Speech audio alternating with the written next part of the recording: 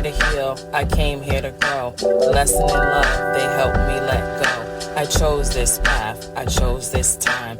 Everything I need, I hold inside. I came here to heal, I came here to grow. Lesson in love, they helped me let go. I chose this path, I chose this time. Everything I need, I hold inside.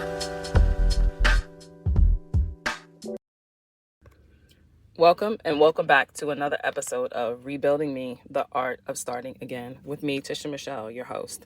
All right, so I want to start this off by reading something that I posted on Instagram November 18th, 2019. So last night, I was going through my Instagram page. I really don't know what I was actually looking for, but I went all the way to the bottom. And I guess I just got on this whole nostalgia thing, and I was just like, oh man, like, look at that. I've been talking about this and like all this stuff that I was dropping. And I came across this post where I shared a video of me talking about self-acceptance. And I'm going to read the post and then I'll go back and give you the context of where this came from.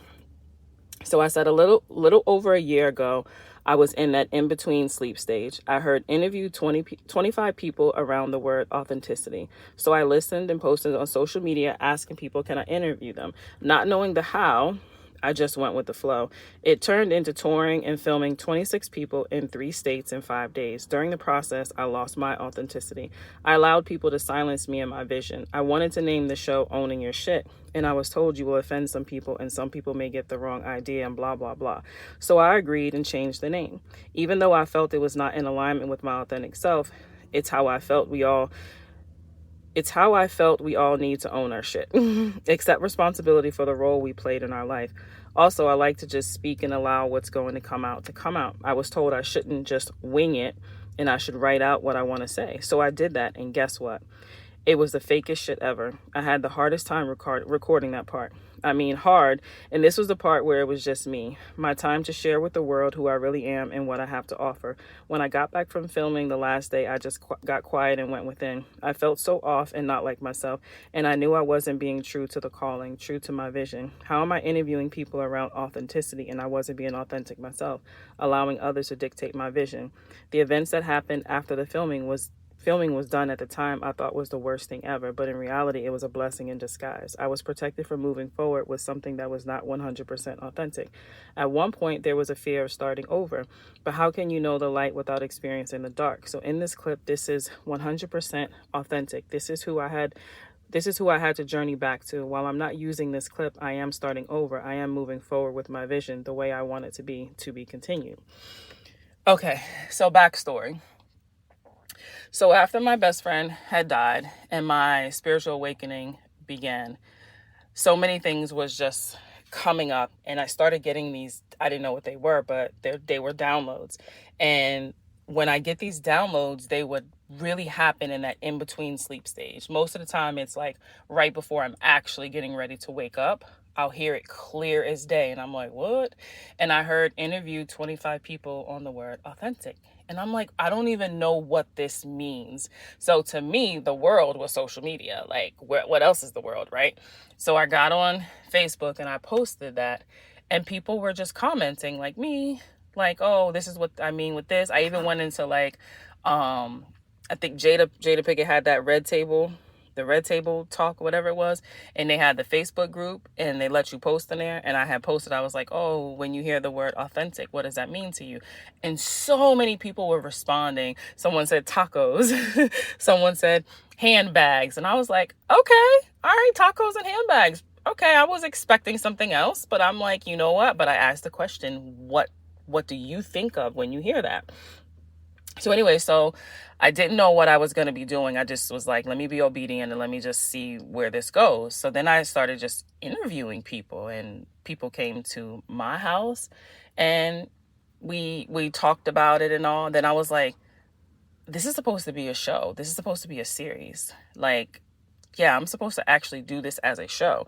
So then that dropped in, and then somebody I know connected me with someone who does they don't do the actual filming, but they had at the time, like, they can get your stuff on like Roku and all. So at the time I didn't know anything about this. He was like, yeah, we got these people who could do the filming and they can come to you, and then we can get like makeup set up and like all this stuff. And I was like, oh, it's about to be a movie. Okay. So how much is this going to cost? So I get the whole proposal. This is what you got to put down. And also I'm like, let's do it. So we start in Virginia. I mean, I had everything. I had waivers. People had to, sign like the whole waiver. I even had an attorney draw up paperwork. I mean, it was the real deal. They booked the people to come and do like my makeup. I already had my hair done, but they did like the makeup. So it was so official. It was so dope, right? So we had people talking about being authentic, but then it dropped in and was like, I need these certain people that's on here to talk about Gloria. Like, what does she mean to them? Because I was like, wait, this is about to be birthed into something else now, right? So it's more than just about authenticity. So I had people that were connected, like family wise, that were being interviewed, and then I also had other people, some people I didn't know, some people that I did know. So the people that I knew that knew Gloria, they had an extra thing too, where they would talk about like her. So I was like, man, this is really about to be into something. So then we do this in Virginia. Then we go to New York and we film the people in New York. And now we're flying out to LA. So now we're in LA and we're doing LA. And all of that was done. But then it was like, it was missing me, right? So it was like, I'm basically like, I'm producing this type thing, right? But it was like, it was missing me. So I had to be the one to tie it all together, right? So that ended up being a second trip that I flew out to LA by myself. So before I went out there that second time, like I said, I wanted to name it Owning Your Shit, because we do have to accept the responsibility for the role that we played in our lives. And once you accept that and you are no longer the victim, you have snatched so much power back and you're able to move forward. You're able to start again and not feel like you're, air quotes over here, stuck, right? So the guy that was the head of putting it all together was like, oh, I don't think you should call it that because you're trying to get sponsors. And if you want to go out and get sponsors and stuff, they're going to be like, oh, this could offend people and you might not get the money. And also I let him get in my ear and I was like, okay, so we changed the name. And I think it was going to be like the Intuitive Guide, Tisha Michelle, something like that, like whatever. So then they had me reading things off of the screen, and it would literally be like this. When it was like my time, I was like, hi, I'm Tisha Michelle, the Intuitive Guide. And this is what authenticity means. Like, yo, that's how I was really sounding. Like, like I was just straight reading, and I'm like, I had the hardest time. I'm like, why do I sound like a robot? Like, I just want to just speak. And they're like, oh, no, this is what this has to be. But in my mind, I'm like, they're the professionals. This is what they do. But I just did not feel right. I was going against my gut. I was going against my intuition. I was going against my vision. It's my vision, right? And I'm letting somebody else dictate it. Well, I then leave. And then I'm like, this doesn't feel right. I'm like, I got to go back. I need to do this. So I go back to LA and it's just me. And I start filming and it was good. And they were asking me questions. You couldn't hear it on the camera. They were asking me questions and then I would just answer the questions. So it flowed and I'm like, this is me. This is Tisha. This is how you do this. Well, the person that had put it together ended up being like Shady McGrady. And it just started to fall apart and things just didn't make any sense. I was like, hey, I need a clip. I need you to give me a sample of a clip because I'm trying to get this funding. And I was in somebody that is in the family who is a celebrity and well-known. I was talking to her about it. She was like, look, people are going to want to need to see the product. They're going to want to see the product so they can, if they're going to give you any money, right? So I'm like, okay. He would not give me a clip. And I was like, this is so bizarre. He's like, oh, you need to send me the other money. Mind you, the money that he was asking for was for the stuff that hadn't been done yet. I had already paid for all the filming and everything. The second part of the payment that was due was going to be when they edited it. But we just got back. We haven't even done that yet. And I was like, this is so strange. But God always reveals everything to you. So then the people who were doing the filming, who I really loved, those people ended up reaching out to me. And they was like, hey, we just have to talk to you about something. And they were like, he hasn't paid us. And I know you were like asking for like a clip or something and all, but he hasn't paid us anything. I'm like, what you mean he ain't pay you? I paid him, and it was like $7,000, $7,000. And so that's why he wouldn't give me a clip, because he didn't have it. He didn't have the clip, right? So all this stuff just started coming up, and I'm like, God, why is this happening? Why is this not moving forward? Why is all of this stuff like happening?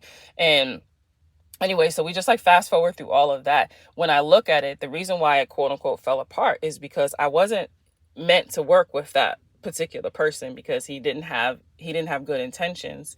And then I also allowed them to change my vision, and I wasn't being authentic, but I was trying to put out something that was about authenticity. And then it also cut another thing with my best friend, right? So the thing is, whatever it is that you create, whatever energy you create something with, that's the energy that you're going to get from that. And most of the time it's just a disaster. So if you create something from scarcity or lack, oh, I'm going to create this because I need to make money, and it's just like a fear or a lack, like that's what you're going to get. That when you create that thing, that's what it's going to continue to create, because that's the energy that you put that in. So I was creating something now with my part and all that wasn't authentic. So how is that supposed to go out to the world to reach the people about being authentic, about accepting responsibility, about, you know, moving forward in life and blah, blah, blah, blah, when the person that was creating it wasn't being authentic, had her voice silenced, like closed up that throat chakra, right? That doesn't make any sense. So while I was just like, God, why would you put this in my path? Why would you have me go and do all of this for this to happen? And it was almost like I was blaming God, but I was like, oh, I got to bring it back to me again. Accept responsibility for the role that you played in this. I really could have done a little more research, because that guy, he just met those people that did the filming. I could have said, oh, okay, well, before we move forward, I would like to talk to the people who are going to do the film and see if we have any like chemistry and blah, blah, blah. I just trusted everything that he said, because it was a lane that I wasn't in and I wasn't familiar with. So I had to accept some of that responsibility, you know, absolutely, right? So it just has me thinking now, when you're in this space of starting again, right? If you're starting again, you want to look at the things that you've already experienced in life, those experiences you had, that wisdom, and you want to bring it forward, and you want to make sure that you are being authentic. And if anything, start with, what does authenticity mean to me? What does being true to my own self mean to me? Nobody else's definition, just yours. Write it down, meditate on it, and see what you come up with. And then look at your life and see, where are you allowing someone to silence you? Where are you allowing someone to change your vision? Where are you allowing someone to be the leader in your life? That's not God. Like, and really, really get honest with yourself, and then ask yourself, why? Why am I allowing this? What are the fears? What are the thoughts? What is the energy around this? And really just do some research on your own self, that data, and getting this info on like, wait, is this what I really want to do? Why am I doing this? Why am I not doing this? And this is how you're able to start again, and you don't feel like you're starting over. Because when you in your mind, when you feel like you're starting over, you just end up starting at the same place and doing the same thing that you did before, versus like, nah, I'm just starting again, but I'm doing this with wisdom. I'm doing this with guidance. I'm doing this with authenticity. Yeah. So again, when I zoom out and I look back at everything, that was the best thing ever to happen. Even though in the middle of it, it felt like a gut punch. I felt embarrassed. I was like, oh, I already put this out. I said it's going to be on Amazon. Like, what are people going to think? And then when it's like, wait a minute, why do you even care what other people think? Like, why do you even care what other people think? So I felt like it was the worst thing ever, but it was the best thing ever, because it showed me that I wasn't being authentic. And it showed me that didn't feel good. So why would I want to continue doing something that doesn't feel good for the sake of who? Other people? It highlighted that I was worried about other people more than I was worried about my own self. So again, that's the wisdom when you look at the experiences you have had in the past. And then you're able to bring it to the present moment, which is the only thing that we ever have, is the here and the now, and say, okay, I'm not going to make those decisions anymore. I'm going to collect data on my own self and then start again from that place. So until next time, love you guys.